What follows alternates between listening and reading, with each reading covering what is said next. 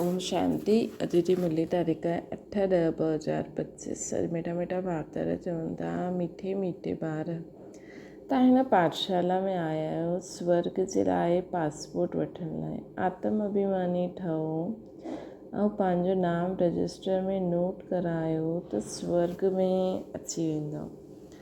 प्रश्न: कहिड़ी स्मृति न रहण जे कारण ॿार बाप जो रिगार्ड न रखंदा आहिनि? उत्तर: कई ॿारनि खे स्मृति न रहंदी आहे कि जंहिंखे सॼी दुनिया पुकारे थी, यादि करे थी, उहे ऊच बाप सां ॿारनि जी सेवा में उपस्थित आहिनि। इहे निश्चय नंबरवार आहे। जेतिरो जंहिंखे निश्चय आहे ओतिरो रिगार्ड रखंदा आहिनि। गीता जो पिया सां गॾु आहे। ओम शांति।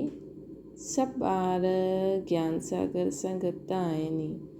एतिरा सभु ॿार हिकु जॻह त न रही सघनि, पर जो साथ आहिनि उहे नज़दीक में डायरेक्ट ज्ञान ॿुधंदा आहिनि। जो दूर आहिनि उन्हनि खे देरी सां मिलंदो आहे। परंतु हीअं न कि साथ वारा जास्ती उन्नति खे पाईंदा आहिनि ऐं दूर वारा कम उन्नति खे पाईंदा आहिनि, न। प्रैक्टिकल में ॾिसबो आहे जो दूर वारा आहिनि उहे जास्ती पढ़ंदा आहिनि ऐं उन्नति खे पाईंदा आहिनि। एतिरो ज़रूरु आहे बेहद जो बाप हिते आहे। ब्रह्मण ॿारनि में बि नंबरवार आहिनि। ॿारनि खे दैवी गुण बि धारण करणा आहिनि। कोई ॿारनि सां वॾी गफ़लत थींदी आहे।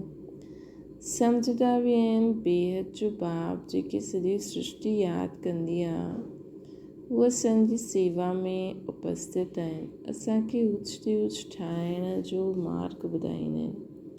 ॾाढो प्यार सां सम्झाईंदा आहिनि। पोइ एतिरो रिगार्ड बि ॾींदा न आहिनि।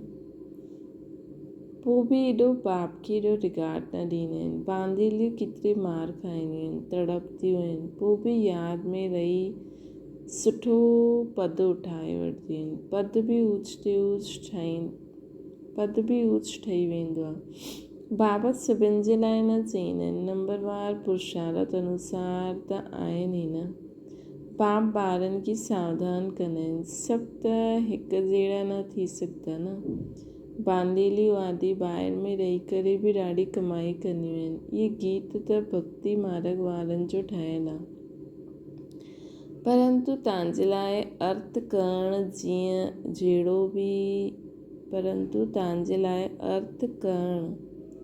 जहिड़ो बि आहे उहो छा ॼाणनि,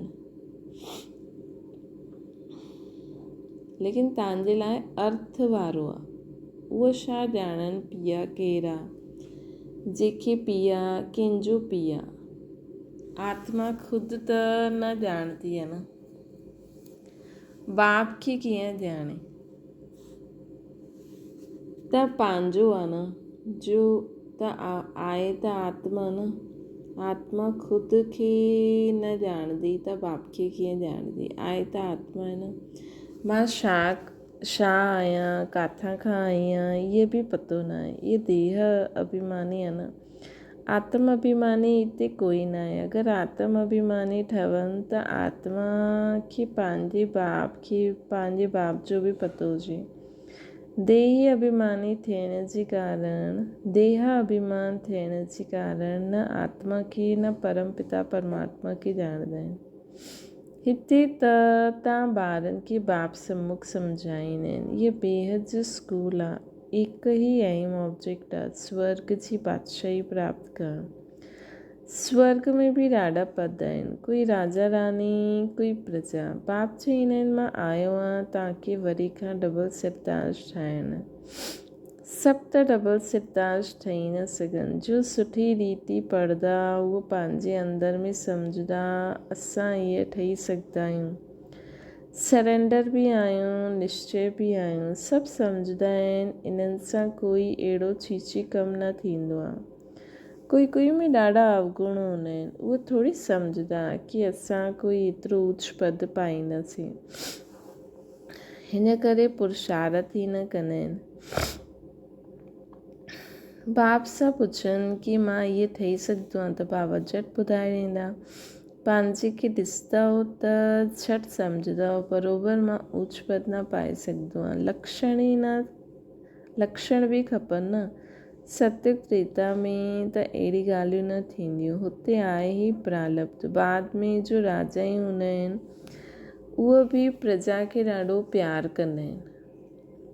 इहे त माता पिता आहिनि, इहे बि तव्हां ॿार ई ॼाणंदा आहियो। इहे त बेहद जो बाप आहे। इहे सॼी दुनिया जो रजिस्टर, इहे सॼी दुनिया खे रजिस्टर करण वारा आहिनि। तव्हां बि रजिस्टर कंदा आहियो न। पासपोर्ट ॾींदा आहियो स्वर्ग जो मालिक ठहिण लाइ। हितां खां तव्हांखे पासपोर्ट मिलंदो आहे। बाबा चयो हुयो सभिनि खे पासपोर्ट हुजिणो खपे जो वैकुंठ जे लाइक़ु आहे, छो जी तव्हां मनुष्य खां देवता ठहींदा आहियो। बाजू में ताज व तख़्त वारो फोटो हुजे, असां इहे ठहूं था। प्रदर्शनी आदि में बि इहे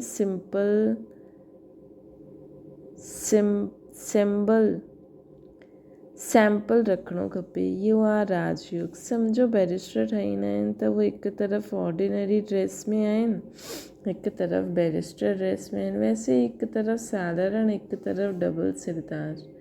तव्हांखे चित्र आहे न जंहिंमें पुछंदा आहियो छा ठहींदा। इहे बैरिस्टर आदि ठहिणो आहे या राजा आहिनि जो राजा ठहिणो आहे, अहिड़ो चित्र हुजिणो खपे।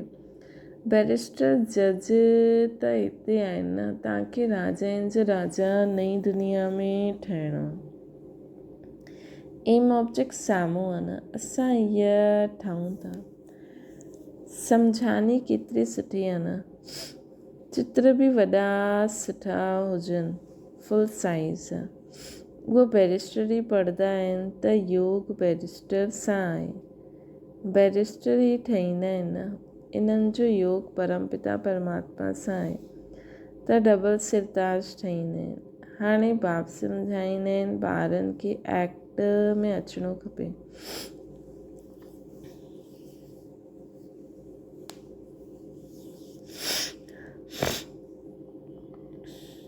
इन्हनि जो योग परमपिता परमात्मा सां आहे त डबल सिरताज ठहींदा आहिनि न।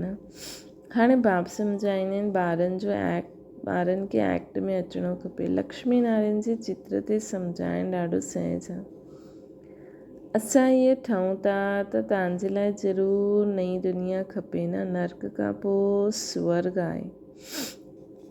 हाणे इहा पुरुषोत्तम संगम युग आहे। इहा पढ़ाई केतिरी ऊच ठाहिण वारी आहे। इन में पैसे आदि जी दरकारु न आहे। पढ़ाई जो शौक़ु हुजिणो खपे। हिकु आदमी ॾाढो ग़रीब हुयो, पढ़ण जे लाइ पैसा न हुया। पोइ पढ़ंदे पढ़ंदे महिनत करे करे एतिरो साहूकार थी वियो जो क्वीन विक्टोरिया जो मिनिस्टर ठही वियो। तव्हां बि हाणे एतिरा ग़रीब आहियो। बाप केतिरो ऊच पढ़ाईंदा आहिनि। इन में सिर्फ़ु बुद्धि सां बाप खे यादि करिणो आहे। बत्ती आदि जॻाइण जी दरकारु न आहे। किथे बि वेही यादि करो, परंतु माया अहिड़ी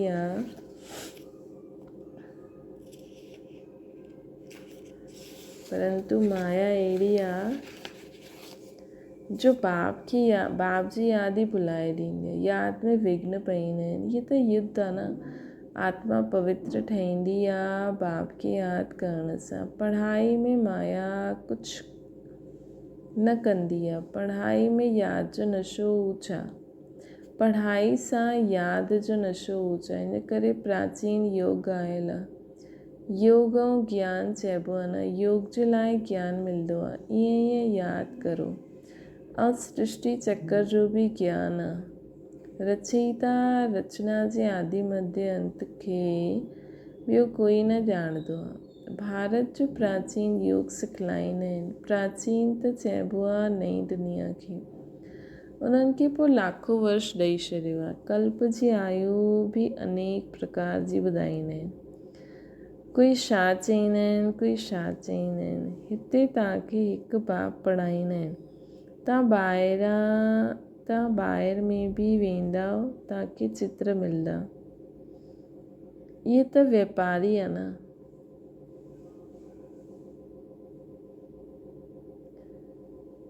बाबा चईंदा आहिनि कपिड़े ते छपी सघंदा आहिनि। अगरि कंहिं वटि वॾी स्क्रीन प्रेस न हुजे त अधु करे छपायो, पोइ जॉइंट करे वठो त पतो बि न पई सघंदो ॿीहर जो भाउ वॾी सरकार चईंदा आहिनि न, कोई छपाए करे ॾेखारे त मां उन्हनि जो नाम बालो करां। ही चित्र कपिड़े ते छपायो, कोई विलायत में खणी वेंदा त तव्हांखे हिकु चित्र जा 5-10 हज़ार बि ॾेई छॾंदा। पैसा त उते ढेर आहिनि, ठही सघंदा आहिनि। एतिरी वॾी वॾी प्रेस शहरनि जी सीन सिनरियूं ईअं छपंदी आहे की ॻाल्हि न पुछो। इहे बि छपी सघंदा आहिनि। इहे त अहिड़ा फर्स्ट क्लास चित्र आहिनि, चईंदा सचे ज्ञान त हिननि में आहे, ॿियो कोई वटि त आहे न, कंहिंखे पतो ई न आहे। पोइ सम्झाइण वारा बि इंग्लिश में होशियारु खपनि। इंग्लिश त सभु ॼाणंदा आहिनि, उन्हनि खे बि संदेश त ॾियणो आहे न। उहे ई विनाश अर्थ निमित ठहिया आहिनि। ड्रामा अनुसार बाबा ॿुधाईंदा आहिनि उन्हनि वटि बॉम्ब्स आदि अहिड़ा आहिनि जो ॿई अगरि आपस में मिली वञनि त सॼे विश्व जे मालिक ठही सघंदा आहिनि। परंतु इहो ड्रामा ई अहिड़ो ठहियलु आहे जो तव्हां योग बल सां विश्व जी बादशाही वठंदा आहियो। हथियार आदि तव्हां योग बल सां विश्व जी बादशाही वठंदा आहियो। हथियार आदि सां विश्व जा मालिक ठही न सघनि, है न। योग बल सां ई विश्व जी बादशाही वठी सघंदा आहियूं। उहा आहे साइंस, तव्हांजो आहे साइलेंस। सिर्फ़ु बाप खे यादि ऐं चक्र खे यादि करो, आप समान ठाहियो। तव्हां ॿार योग बल सां विश्व जी बादशाही वठो था, उहा आपस में लड़दा बि ज़रूरु।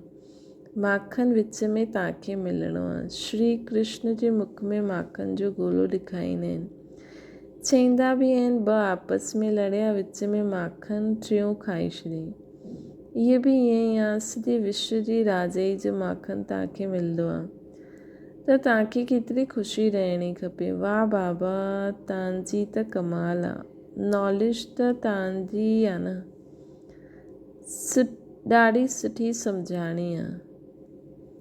आदि सनातन देवी देवता धर्म वारनि विश्व जी बादशाही कीअं प्राप्त कई, नॉलेज त बाबा जी आहे। आदि सनातन देवी देवता धर्म वारनि विश्व जी बादशाही कीअं प्राप्त कई, ये कंहिंखे बि ख़्याल में हूंदो न। हुन समय ॿियो कोई खंड हूंदो न।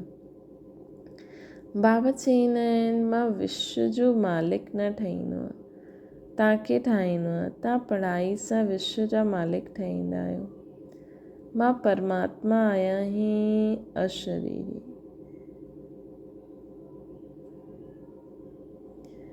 त सभिनि खे शरीर आहे, देहदारी आहिनि। ब्रह्मा विष्णु शंकर खे बि सूक्ष्म शरीर आहे। जीअं तव्हां आत्मा आहियो, वैसे मां परमात्मा आहियां। मुंहिंजो जनम दिव्य अलौकिक आहे। ॿियो कोई बि अहिड़े जन्म न वठंदा आहिनि। इहे मुक़ररु आहे न, इहे सभु ड्रामा में नूंद आहे। कोई हाणे मरी वञे, इहा बि ड्रामा में नूंद आहे। ड्रामा जी सम्झानी केतिरी मिलंदी आहे, सम्झंदा आहिनि नंबरवार। कोई त डल बुद्धि हूंदा आहिनि। 3 ग्रेड्स हूंदी आहिनि, पिछाड़ी जी ग्रेड वारनि खे डल चइबो आहे। ख़ुदि बि सम्झंदा आहिनि इहे फर्स्ट ग्रेड में आहे, इहे सेकेंड ग्रेड में आहे। प्रजा में बि ईअं हूंदा आहिनि न। पढ़ाई त हिकु ई आहे। ॿार ॼाणंदा आहिनि इहे पढ़ी करे असां डबल सिरताज ठहींदासीं। असां डबल सिरताज खां सिंगल ताज, पोइ नो ताज। जहिड़ो कर्म ओड़ो फल। सतयुग में हीअं न चईंदासीं। हुते सुठा कर्म कंदा त हिकु जन्म जे लाइ सुठो फल मिलंदो। सतयुग में त प्रारब्ध आहे। कोई अहिड़ा कर्म कंदा आहिनि जो जनम सां ई रोगी हूंदा आहिनि। इहे बि कर्म भोग आहे न। ॿारनि खे कर्म अकर्म विकर्म बि सम्झायो आहे। हिते जीअं कंदासि उनजो सुठो या बुरो फल पाईंदा। कोई साहूकार ठहींदा आहिनि त ज़रूरु सुठा कर्म कया हूंदा। हाणे तव्हां जन्म जन्मांतर जी प्रारब्ध ठाहींदा आहियो। ग़रीब साहूकार जो फ़र्क़ु त हुते रहंदो आहे न। हाणे जे पुरुषार्थ अनुसार उहो प्रारब्ध आहे 21 जन्मनि जे लाइ। हिते मिलंदो आहे अल्पकाल जो। कर्म त हलंदो ई आहे न, है न। त बाबा असांखे चवनि था कर्मनि अनुसार ई असांखे हाणे जे कर्मनि अनुसार सतयुग त्रेता में बादशाही मिलंदी, पोइ द्वापर कलयुग में कर्मनि अनुसार जनम मरण में ईंदा आहियूं। कोई साहूकार ठहींदो आहे त ज़रूरु सुठा कर्म कया हूंदा। हाणे तव्हां जन्म जन्मांतर जी प्रारब्ध ठाहींदा आहियो। ग़रीब साहूकार जो फ़र्क़ु त हुते रहंदो आहे न। हाणे जे पुरुषार्थ अनुसार उहो प्रारब्ध अविनाशी 21 जन्मनि जे लाइ। हिते मिलंदो आहे अल्पकाल जो। कर्म त हलंदो ई आहे न। इहे कर्म क्षेत्र आहे। सतयुग आहे स्वर्ग जो कर्म क्षेत्र। हुते विक्रम हूंदो न आहे। इहे सभु ॻाल्हियूं बुद्धि में धारण करणियूं आहिनि। कोई वेला आहिनि जो सदैव पॉइंट्स लिखंदा रहंदा आहिनि। चार्ट बि लिखंदे लिखंदे पोइ थकी वेंदा आहिनि। तव्हां ॿारनि खे पॉइंट्स लिखणी खपे। ॾाढी महीन महीन पॉइंट्स आहिनि जो सभु तव्हां कॾहिं यादि न करे सघंदव, खिसकी वेंदियूं। पोइ पछताईंदो कि इहा पॉइंट्स असां भुलिजी वियासीं। सभिनि जो इहा हाल थींदो आहे न। भुलिजंदा ॾाढा आहिनि, पोइ ॿिए जन्म में यादि पईंदो आहे। ॿारनि खे पंहिंजी उन्नति जे लाइ ख़्यालु करिणो आहे। बाबा ॼाणंदा आहिनि कोई वेलो यथार्थ रीति लिखंदा हूंदा। बाबा वापारी बि आहिनि। उहा विनाशी रत्ननि जा वापारी इहे आहिनि ज्ञान रत्ननि जो वापारी। योग में ई ॾाढा फेल थी वेंदा आहिनि। एक्यूरेट यादि में कोई घंटो ॾेढ बि मुश्किल रही सघंदो आहे। 8 घंटा त पुरुषार्थ करिणो ई आहे। तव्हां ॿारनि खे शरीर निर्वाह बि करिणो आहे। बाबा आशिक माशूक जो बि मिसाल ॿुधाईंदा आहिनि। वेही वेही वेठे वेठे यादि कयो, झटि साम्हूं अची वेंदो। इहे बि साक्षात्कार आहे। उहो उन्हनि खे यादि कंदा, उहो उन्हनि खे यादि कंदा। हिते पोइ हिकु माशूक, तव्हां सभु आशिक आहियो। उहो सलोनो माशिक त सदैव गोरो आहे न, एवर प्योर आहे। बाबा चवंदा आहिनि मां मुसाफ़िर सदैव ख़ूबसूरत आहियां, तव्हांखे बि ख़ूबसूरत ठाहींदुमि। इन देवताउनि जी नेचुरल ब्यूटी आहे न। हिते त कीअं कीअं फैशन कंदा आहिनि, भिन्न भिन्न ड्रेस पाईंदा आहिनि। हुते त हिकु रस नेचुरल ब्यूटी रहंदी आहे। अहिड़ी दुनिया में हाणे खां तव्हां वेंदा आहियो। बाप चवंदा आहिनि मां पुराणे पतित देश पतित शरीर में ईंदो आहियां। हिते पावन शरीर आहे न। बाप चवंदा आहिनि मां इन्हनि जे ॾाढे जन्मनि जे अंत में प्रवेश करे प्रवृत्ति मार्ग जी स्थापना कंदो आहे।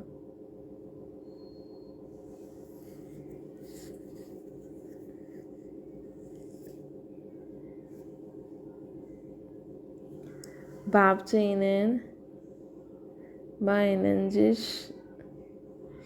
ॾाढे जन्मनि जे अंत में प्रवेश करे प्रवृत्ति मार्ग जी स्थापना कंदो आहे। शिव बाबा अॻियां हली तव्हां सर्विसेबल ठहींदा, पुरुषार्थ कंदा, पोइ सम्झंदा। अॻियां बि अहिड़ो पुरुषार्थ कयो हुयो, हाणे करो था न। पुरुषार्थ बग़ैर त कुझु बि मिली न सघे।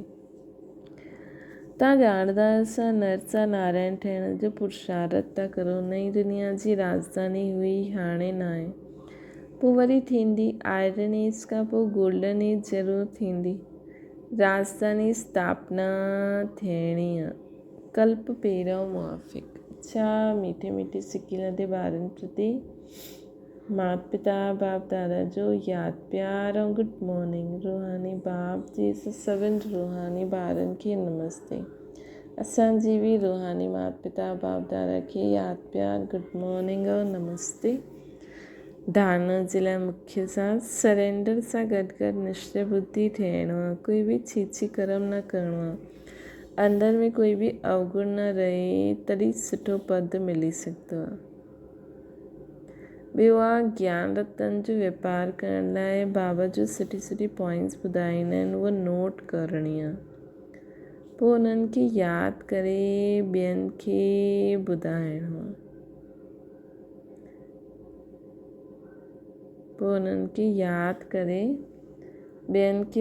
आहे। सदा पंहिंजी उन्नति जो ख़्यालु रखणो आहे।